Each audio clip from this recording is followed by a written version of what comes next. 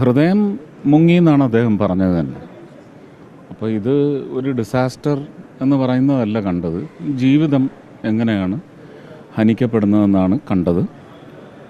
അപ്പോൾ അതിന് വേണ്ടതെല്ലാം ചെയ്യും, എല്ലാ പിന്തുണയും ഉണ്ടാവും എന്നാണ് പറഞ്ഞിരിക്കുന്നത്.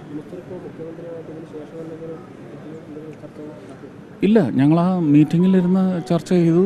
അതങ്ങോട്ടും ഇങ്ങോട്ടും അവർ ആശയങ്ങളും ആവശ്യങ്ങളുമൊക്കെ ആവശ്യവും പിന്നെ പരിഗണിക്കപ്പെടും. അത് മുമ്പെങ്ങുമില്ലാത്ത രീതിയിൽ പരിഗണിക്കപ്പെടുമെന്നും അദ്ദേഹം പറഞ്ഞിട്ടുണ്ട്. അത്രേ പറഞ്ഞിട്ടുള്ളൂ.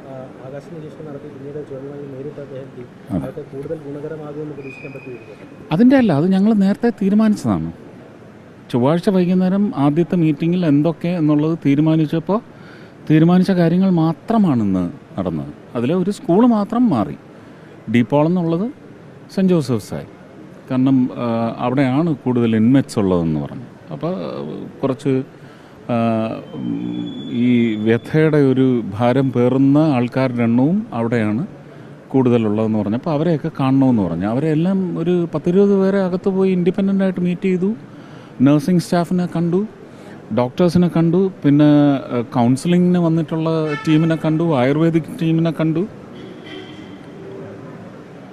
എനിക്ക് തോന്നുന്നു കുറച്ചധികം ആൾക്കാർ നേരിട്ട് ഇൻട്രാക്ഷൻ നടന്നിട്ടുണ്ട്. ഹോസ്പിറ്റലിൽ പോയി എല്ലാവരെയും ഇങ്ങനെ ഓടി നടന്ന് കണ്ടു. പക്ഷേ കുറിപ്പിട്ട ആൾക്കാരുടെ അടുത്ത് നേരത്തെ ഗവൺമെൻറ് അറിയിച്ചിരുന്ന ഒരു ലിസ്റ്റ് ഉണ്ടായിരുന്നു. ഞാൻ വന്ന് കണ്ടുപോയപ്പോൾ ഒരു ലിസ്റ്റ് ഉണ്ടായിരുന്നു. ആ ലിസ്റ്റെല്ലാം പോയി അദ്ദേഹം അറ്റൻഡ് ചെയ്തു. അല്ല, അത് അല്ലേലും ഉണ്ടാവും. അത് ആവശ്യപ്പെട്ടു. അതെ, അത് വേണമല്ലോ. സർക്കാർ ടൗൺഷിപ്പൊക്കെ ആണല്ലോ കേരള സർക്കാർ പറയുന്നത്. ഏതാ പ്രത്യേക ടൗൺഷിപ്പൊക്കെ ആണല്ലോ കേരള സർക്കാർ പറയുന്നത്. അല്ല, എന്ത് തന്നെ ആയാലും ഒരു ഡീറ്റെയിൽഡ് പ്രോജക്റ്റ് കൊടുക്കണം. ഇതിൻ്റെ ഈ ഒരു ആഘാതം എത്രയെന്നുള്ള കൃത്യമായ കണക്കെടുപ്പ് ഇനിയും ആയിട്ടില്ല എന്ന് അദ്ദേഹത്തിൻ്റെ ടീം പറഞ്ഞു. അപ്പോൾ അതും കൂടി എടുത്ത് അറിയിക്കണമെന്ന് പറഞ്ഞിട്ടുണ്ട്. വേണ്ടതെല്ലാം ചെയ്യും എന്നാണ് പറഞ്ഞിരിക്കുന്നത്. ഈ തടസ്സം എന്നൊരു വാക്ക് നമ്മൾ അതിനകത്ത് കൊണ്ടുവരണ്ടല്ലോ. ഉടൻ തന്നെയൊന്നും പറഞ്ഞില്ലേ.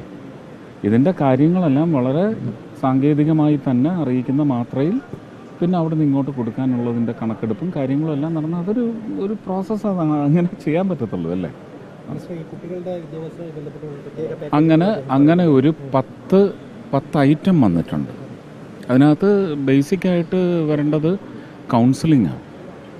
അവരുടെ മനോഘടനയെ സംരക്ഷിതമായ ഒരു തലത്തിലേക്ക് തിരിച്ചു കൊണ്ടുവരുന്നതിന് വേണ്ടുന്ന അവരുടെ ജീവിതത്തിലെ ഇനിയുള്ള പ്ലേസ്മെൻറ്റ് അങ്കലാപ്പുകളുണ്ടെങ്കിൽ ആ അങ്കലാപ്പുകളെല്ലാം ഇല്ലാതാക്കി പുതിയ പ്ലേസ്മെൻറ്റിനുള്ള ഒരു അറ്റ്മോസ്ഫിയർ, ഓൺടർപ്രണേഴ്സിന് പുതിയ സ്കില്ലുകളിലേക്ക് തിരിച്ചുവിടുക. അപ്പോൾ സ്കിൽ ഡെവലപ്മെൻറ്റ് മിനിസ്ട്രി ആയിട്ട് ഇങ്ങനെയുള്ള കാര്യങ്ങളാണ് ചർച്ച ചെയ്തത്. അല്ല, അതൊന്നും പറയാനൊക്കത്തില്ല. അടിയന്തരമല്ല, നമുക്ക് സമഗ്രമായ ഒരു ഇടപെടലാണ് വേണ്ടത്. അത് തന്നെയാണ് ഇത്രയും ദൂരം, അതാണ് ഞാൻ പറഞ്ഞത്. അല്ല, അതൊന്നും എനിക്കറിയത്തില്ല. അതൊക്കെ വരും. ഡീറ്റെയിൽഡായിട്ടുള്ള ഒരു റിപ്പോർട്ട് വരുമ്പം അതിനകത്ത് വരുന്നത് എന്താണോ അത് നോക്കിയായിരിക്കും ചെയ്യുന്നത്.